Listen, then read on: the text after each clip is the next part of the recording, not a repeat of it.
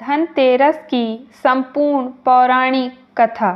धनतेरस की 3 कथाएं प्रचलित हैं। कार्तिक कृष्ण त्रयोदशी के दिन धनतेरस का पर्व मनाया जाता है। इस दिन भगवान धन्वंतरी, माता लक्ष्मी, कुबेर और यम देवता की पूजा होती है। धनतेरस की कथा भगवान विष्णु, राजा बलि, माता लक्ष्मी के साथ ही धन्वंतरी देव से जुड़ी है। आइए सुनते हैं धनतेरस की पौराणिक और प्रामाणिक कथाएं। धनतेरस से जुड़ी कथा है कि कार्तिक कृष्ण त्रयोदशी के दिन देवताओं के कार्य में बाधा डालने के कारण भगवान विष्णु ने असुरों के गुरु शुक्राचार्य की एक आंख फोड़ दी थी। कथा के अनुसार देवताओं को राजा बलि के भय से मुक्ति दिलाने के लिए भगवान विष्णु ने वामन अवतार लिया और राजा बलि के यज्ञ स्थल पर पहुंच गए। शुक्राचार्य ने वामन रूप में भी भगवान विष्णु को पहचान लिया और राजा बलि से आग्रह किया कि वामन कुछ भी मांगे उन्हें इनकार कर देना। वामन साक्षात भगवान विष्णु हैं जो देवताओं की सहायता के लिए तुमसे सब कुछ छीनने आए हैं। बलि ने शुक्राचार्य की बात नहीं मानी।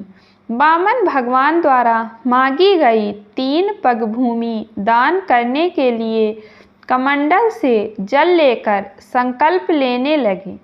बलि को दान करने से रोकने के लिए शुक्राचार्य राजा बलि के कमंडल में लघु रूप धारण करके प्रवेश कर गए। इससे कमंडल से जल निकलने का मार्ग बंद हो गया। वामन भगवान शुक्राचार्य की चाल को समझ गए। भगवान वामन ने अपने हाथ में रखे हुए कुशा को कमंडल में ऐसे रखा कि शुक्राचार्य की एक आंख फूट गई। शुक्राचार्य छटपटाकर कमंडल से निकल आए। इसके बाद बलि ने 3 पग भूमि दान करने का संकल्प ले लिया। तब भगवान वामन ने अपने एक पैर से संपूर्ण पृथ्वी को नाप लिया और दूसरे पग से अंतरिक्ष को। तीसरा पग रखने के लिए कोई स्थान नहीं होने पर बलि ने अपना सिर वामन भगवान के चरणों में रख दिया। बलि दान में अपना सब कुछ गवा बैठा। इस तरह बलि के भय से देवताओं को मुक्ति मिली और बलि ने जो धन संपत्ति देवताओं से छीन ली थी उससे कई गुना धन संपत्ति देवताओं को मिल गई। इस उपलक्ष्य में भी धनतेरस का त्यौहार मनाया जाता है। दूसरी कथा शास्त्रों में वर्णित कथाओं के अनुसार समुद्र मंथन के दौरान कार्तिक कृष्ण त्रयोदशी के दिन भगवान धन्वंतरी अपने हाथों में अमृत कलश लेकर प्रकट हुए। मान्यता है कि भगवान धन्वंतरी विष्णु के आश्वतार हैं। संसार में चिकित्सा विज्ञान के विस्तार और प्रसार के लिए ही भगवान विष्णु ने धन्वंतरी का अवतार लिया था। भगवान धन्वंतरी के प्रकट होने के उपलक्ष्य में ही धनतेरस का त्यौहार मनाया जाता है। तीसरी कथा उत्तरी भारत में कार्तिक कृष्ण पक्ष की त्रयोदशी तिथि के दिन धनतेरस का पर्व पूरी श्रद्धा व विश्वास के साथ मनाया जाता है। धन्वंतरी के अलावा इस दिन देवी लक्ष्मी और धन के देवता कुबेर की भी पूजा करने की मान्यता है।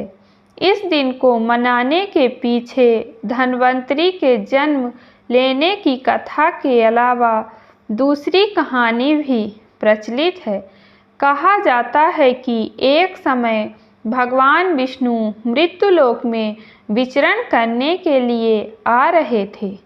तब लक्ष्मी जी ने भी उनसे साथ चलने का आग्रह किया। तब विष्णु जी ने कहा कि यदि मैं जो बात कहूँ तुम अगर वैसा ही मानो तो फिर चलो। तब लक्ष्मी जी उनकी बात मान गईं और भगवान विष्णु के साथ भूमंडल पर आ गईं। कुछ देर बाद एक जगह पर पहुंचकर भगवान विष्णु ने लक्ष्मी जी से कहा कि जब तक मैं न आऊं तुम यहाँ ठहरो। मैं दक्षिण दिशा की ओर जा रहा हूँ, तुम उधर मत आना। विष्णु जी के जाने पर लक्ष्मी के मन में कौतूहल जागा कि आखिर दक्षिण दिशा में ऐसा क्या रहस्य है जो मुझे मना किए गए और भगवान स्वयं चले गए।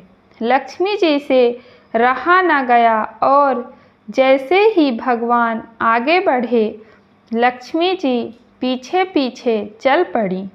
कुछ ही आगे जाने पर उन्हें सरसों का एक खेत दिखाई दिया जिसमें खूब फूल लगे थे। सरसों की शोभा देखकर वह मंत्रमुग्ध हो गईं और फूल तोड़कर अपना श्रृंगार करने के बाद आगे बढ़ीं। आगे जाने पर एक गन्ने के खेत से लक्ष्मी जी गन्ने तोड़कर रस चूसने लगीं। उसी क्षण विष्णु जी आए और यह देख लक्ष्मी जी पर नाराज होकर उन्हें शाप दे दिया कि मैंने तुम्हें इधर आने को मना किया था पर तुम ना मानी और किसान की चोरी का अपराध कर बैठी। अब तुम इस अपराध के जुर्म में इस किसान की 12 वर्ष तक सेवा करो। ऐसा कहकर भगवान उन्हें छोड़कर क्षीर सागर चले गए। तब लक्ष्मी जी उस गरीब किसान के घर रहने लगी। एक दिन लक्ष्मी जी ने उस किसान की पत्नी से कहा कि तुम स्नान कर पहले मेरी बनाई गई इस देवी लक्ष्मी का पूजन करो, फिर रसोई बनाना, तब तुम जो मांगोगी मिलेगा। किसान की पत्नी ने ऐसा ही किया। पूजा के प्रभाव और लक्ष्मी की कृपा से किसान का घर दूसरे ही दिन से अन्न, धन, रत्न, स्वर्ण आदि से भर गया। लक्ष्मी ने किसान को धन धान्य से पूर्ण कर दिया। किसान के 12 वर्ष बड़े आनंद से कट गए। फिर 12 वर्ष के बाद लक्ष्मी जी जाने के लिए तैयार हुई। विष्णु जी लक्ष्मी जी को लेने आए तो किसान ने उन्हें भेजने से इनकार कर दिया। तब भगवान ने किसान से कहा कि इन्हें कौन जाने देता है, यह तो चंचल हैं, कहीं नहीं ठहरती, इनको बड़े बड़े नहीं रोक सके। इनको मेरा शाप था, इसलिए 12 वर्ष से तुम्हारी सेवा कर रही थी। तुम्हारी 12 वर्ष सेवा का समय पूरा हो चुका। किसान हठपूर्वक बोला कि नहीं, अब मैं लक्ष्मी जी को नहीं जाने दूंगा। बोलिए लक्ष्मी मैया की जय। मित्रों, अगर आपको हमारी वीडियो अच्छी लगे तो वीडियो को लाइक करें तथा चैनल को सब्सक्राइब करें। धन्यवाद।